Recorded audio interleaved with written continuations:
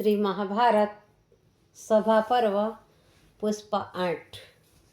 द्रौपदी के केश खुल गए थे, आधे शरीर से वस्त्र हट गया था।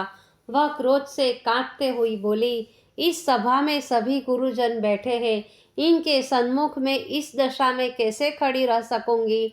अधर्मी, मुझे मत घसीट, नग्न मत कर। अरे पापी, इस नीच कर्म से तनिक तो डर। हाय, इस भरतवंश को धिक्कार है। सभा में बैठे हुए कौरव अपनी आंखों से कुल की प्रतिष्ठा का सर्वनाश देख रहे हैं। महात्मा भीष्म और विदुर का आत्मबल आज क्या हुआ? ये इस पाप कर्म को चुपचाप क्यों देख रहे हैं? इन पापियों ने छल पूर्वक धर्मराज से जुए में उनका सर्वस्व जीत लिया। उन्होंने पहले अपने भाइयों को, फिर अपने को हार कर मुझे दांव पर लगाया है। मैं जानना चाहती हूँ कि इस दशा में धर्म के अनुसार मुझे दांव पार लगाने का अधिकार था या नहीं। इसका विचार पूर्वक मुझे उत्तर दे दीजिए। द्रौपदी को इस प्रकार दुखी देख, पांडवों की असमर्थता देख विकर्ण ने कहा, सभासदों, हमें पूर्णतः सोच समझकर द्रौपदी के प्रश्न का उत्तर देना चाहिए, क्योंकि इसमें त्रुटि होने पर हमें नरकगामी तो होना पड़ेगा। महात्मा भीष्म, पिताजी, गुरु द्रोणाचार्य और विदुर जी आदि गुरुजन चुप क्यों है? आप लोग क्यों नहीं अपना मत प्रकट करते हैं? बार बार कहने पर भी सबको निरुत्तर देख विकर्ण ने कहा, युधिष्ठिर को जुआ खेलने के लिए विवश किया गया था। वे स्वेच्छा से जुआ नहीं खेले और फिर वे स्वयं अपने को हार जाने के पश्चात द्रौपदी को हारे हैं। इसके अतिरिक्त द्रौपदी पर सभी पांडवों का समान अधिकार नहीं था कि वह द्रौपदी को दांव पर लगाते। बस मैं तो इसी निष्कर्ष पर पहुंचा हूँ कि द्रौपदी जुए में नहीं हारी गई। विकर्ण की बात सुनकर सभासद उनकी प्रशंसा करने लगे। तब कर्ण ने क्रोधपूर्वक कहा, विकर्ण, छोटे मुंह बड़ी बात क्यों कर रहे हो? द्रौपदी के बार बार पूछने पर भी जब कोई सभासद उत्तर नहीं दे रहा है तो इसका स्पष्ट उत्तर यही है कि सभासदगण उसको धर्मानुसार जीती हुई स्वीकार करते हैं। फिर युधिष्ठिर अपना सर्वस्व हार चुके हैं। सर्वस्व हार जाने पर उनकी पत्नी द्रौपदी तथा उनका सब धन जीत लिया गया। विकर्ण, तुम्हारे वचन ध्यान देने योग्य नहीं है। अब कर्ण ने दुशासन को संबोधित कर कहा, दुशासन, देख क्या रहे हो? द्रौपदी सहित पांडवों के वस्त्र उतार लो। कर्ण की बात सुनते ही पांडवों ने अपने वस्त्र उतार लिए। दुशासन द्रौपदी के वस्त्र उतारने के लिए उसकी ओर झपटा। उसके वस्त्र पकड़ते ही सभासदों ने लज्जा एवं ग्लानि के कारण अपने नेत्र हाथों से ढक लिए। द्रौपदी अपने को निसहाय देख भगवान श्री कृष्ण को स्मरण कर प्रार्थना करने लगी, हे सर्वशक्तिमान प्रभो, हे सच्चिदानंद स्वरूप, हे भक्तवत्सलनाथ, आप क्या नहीं जानते कौरव मुझे अपमानित कर रहे हैं। स्वामी, मुझ अबला की रक्षा कीजिए। भगवान, मैं घोर संकट में हूँ, आपकी शरण में हूँ, मेरी रक्षा करो, रक्षा करो। द्रौपदी इस प्रकार हरिस्मरण में तल्लीन हो रोती हुई प्रभु को पुकारने लगी। करुणा कर भगवान श्री कृष्ण तक उसकी आर्त पुकार पहुँच गई। करुणार्ध हो भगवान द्वारकापुरी छोड़ तत्काल की द्रौपदी के पास आ गए।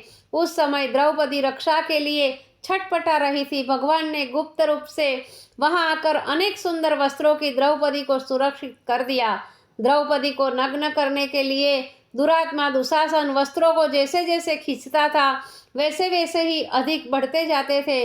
खींचते खींचते रंगीन वस्त्रों का ढेर लग गया। भगवान की कृपा अनिर्वचनीय है। यह अद्भुत दृश्य देख सभा में हलचल मच गई। अब तो सभासदगण पुकार पुकार कर दुरात्मा दुशासन की निंदा करने लगे। भीमसेन सह अत्याचार सहन न कर सके।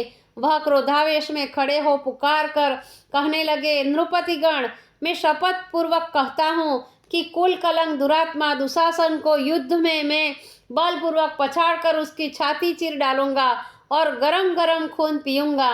मैं जो कुछ कह रहा हूँ यदि वैसा न करूँ तो मैं अपने पूर्व पुरुषों की भांति गति न पाऊं। महाबली भीम की यह भीषण प्रतिज्ञा सुन सभी लोग सुन्न रह गए और दुरात्मा दुशासन की निंदा करने लगे। बलवान दुशासन चीर खींचते खींचते अब थक चुका था, किंतु चीर का अंत नहीं होता था। अंत में वह लज्जित हो थक कर बैठ गया। तब तो सब लोग उसे धिक्कारने लगे। तब सबको शांत करते हुए महात्मा विदुर ने कहा, सभासदगण, द्रौपदी अनाथ की भांति खड़ी आप लोगों से इस प्रश्न का उत्तर चाहती है, किंतु आप लोगों में से कोई भी उसका समाधान करने का साहस नहीं करता। यह अधर्म है। सत्पुरुषों को धर्मानुसार द्रौपदी के प्रश्नों की मीमांसा अवश्य करनी चाहिए। विदुर की बात सुनकर भी सब लोग चुप रहे। किसी ने भी उत्तर नहीं दिया। कर्ण ने दुशासन से कहा, दुशासन, अब इस दासी को घर ले जाओ। कर्ण से आज्ञा पाते ही दुशासन द्रौपदी को घिसटने लगा। तभी द्रौपदी भयातुर हो अपने पति पांडवों की ओर देखती हुई बोली, वाह रे समय का फेर, आज मैं सनाथ होते हुए भी अनाथों की भांति अपमानित की जा रही हूँ। फिर भी कुरुवंशियों में से कोई भी चू तक नहीं करता। हाय, न जाने क्यों आज मेरी यह दुर्दशा हो रही है। कौरव, तुम लोग मुझे स्पष्ट बतलाओ कि मुझे जीती हुई समझते हो या नहीं। उत्तर पाकर मैं वैसा ही करूंगी। भीष्म पितामह ने कहा, कल्याणी, बड़े बड़े बुद्धिमान भी धर्मगति समझने में भूल कर जाते हैं। तुम्हारा प्रश्न बड़ा ही गंभीर प्रश्न है। मेरी राय में तो धर्मराज युधिष्ठिर ही इसका ठीक ठीक उत्तर दे, वही प्रमाण माना जाए। दुर्योधन ने भी उसी क्षण कहा, द्रौपदी, तेरे पति भीम, अर्जुन, नकुल और सहदेव आज सभासदों के समक्ष यदि कह दे कि युधिष्ठिर का तुझ पर कोई अधिकार नहीं, तो तू तत्क्षण दासित्व से छुटकारा पा सकती है। दुर्योधन की बात सुनकर भीम ने अपनी भुजा उठाकर कहा, सभासदों, उदारमणि धर्मराज युधिष्ठिर हमारे कुटुंब में सर्वस्व न होते तो क्या आज हम इस प्रकार अत्याचार सहन कर लेते? ये तो हमारे पुण्य, तप और जीवन स्वामी है। वे यदि अपने को हारा हुआ मानते हैं तो हमारी हार सुनिश्चित है, इनसे तनिक भी संदेह नहीं। आज यदि कहीं मेरी प्रभुता होती तो क्या पापी दुशासन द्रौपदी को इस प्रकार अपमानित कर अब तक जीवित रहता? मैं धर्म बंधन में बंधा हूँ। धर्मराज का संकेत मात्र पा जाऊँ तो मैं क्षुद्र प्राणियों को अनायासी मसल डालूं। भीम को कुपित देख भीष्म, द्रोण और विदुर ने कहा, भीमसेन, क्षमा करो, तुम सब करने में समर्थ हो। इसी समय दुर्योधन भीमसेन को लज्जित करने हेतु कर्ण की ओर देखकर अपनी बाएं जांघ दिखलाने लगा। यह देख भीमसेन के नेत्र मारे क्रोध के लाल हो गए। वह गरजते हुए बोला, दुर्योधन, महायुद्ध में यदि तेरी जांघ में अपनी गदा से न तोड़ डालूं तो अपने पूर्व पुरुषों के समान सद्गति न पाऊं।